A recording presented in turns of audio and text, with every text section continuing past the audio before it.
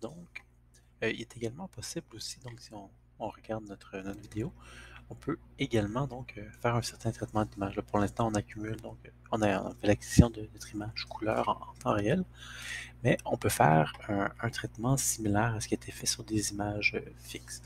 Je vais agrandir un petit peu ça ici. Pour l'instant, donc, j'ai mon image couleur, je la rebâtis image couleur.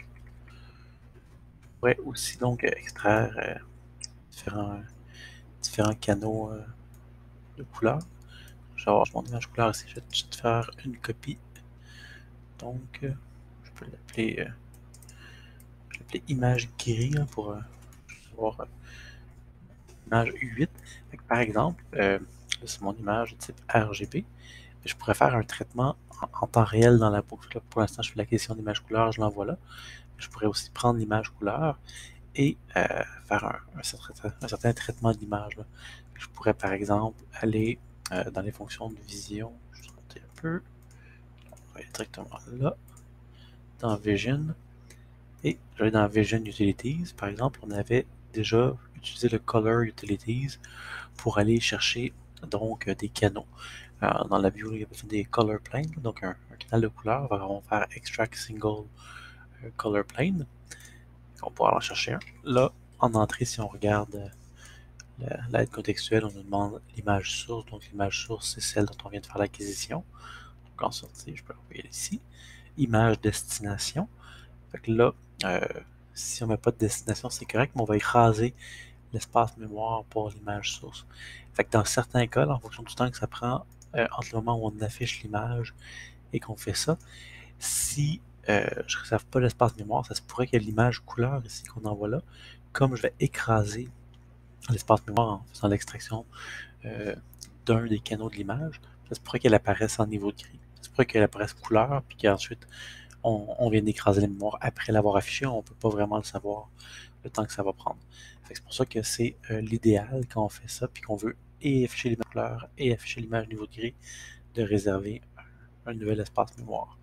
En fait, je vais essayer de le faire comme ça, puis on verra si ça cause problème. Puis si ça cause pas de problème, on verra après, là, mais je vais juste l'exécuter. Là, on voit, justement, elle est couleur, puis elle est niveau de gris. Ça semble pas poser problème, là, parce qu'on a vraiment le temps que cette opération-là se fasse. On a le temps d'afficher l'image couleur. Ensuite, on écrase l'espace mémoire, on envoie l'image niveau de gris. On revient ici. On renvoie maintenant une image couleur dans notre espace mémoire qui a le temps de se rendre là. Ensuite, on écrase l'espace mémoire pour l'image couleur qu'on remplace par une image niveau de gris qu'on affiche là. Fait que là, ça se fait quand même bien. On n'a pas d'image en gris qui apparaissent ici, là. Mais on empêche une bonne pratique, là, ça va être, je vais faire une copie de ça. Donc, image niveau gris, image gris, et on donc niveau gris, je vais prendre ma sortie d'erreur qui est juste ici, juste la référence pour l'espace mémoire d'image, qu'on envoie là, le code d'erreur ici, et je peux l'envoyer ici. Puis là, maintenant, comme j'ai deux images, ben, je vais simplement dire on veut effacer l'espace mémoire de toutes les images à la fin. On fait ça parce que ça nous évite. Si on faisait pas ça, on pourrait aussi. Je pourrais effacer ça. Je pourrais aussi venir effacer. Donc, comme ça, de cette façon-là. Donc, ici, j'efface l'espace mémoire de l'image niveau gris. Ici, j'efface l'espace mémoire de mon image couleur. Fait que ça devrait fonctionner aussi. Ça, c'est vraiment une bonne pratique à faire, donc d'avoir les deux images ici. Donc, ce qu'on peut modifier aussi dans le color plane, on pourrait changer créer une constante pour soit extraire le vert. Par défaut, je pense que c'était le vert en extraction. On peut aussi mettre le ou, la saturation, la luminance, l'intensité. Je vais mettre l'intensité par exemple. Ça va faire une image niveau de gris un peu qui correspond à l'intensité de notre image ici. Fait que, donc, si c'est noir, ici c'est noir ici c'est très très blanc, mais c'est très très blanc.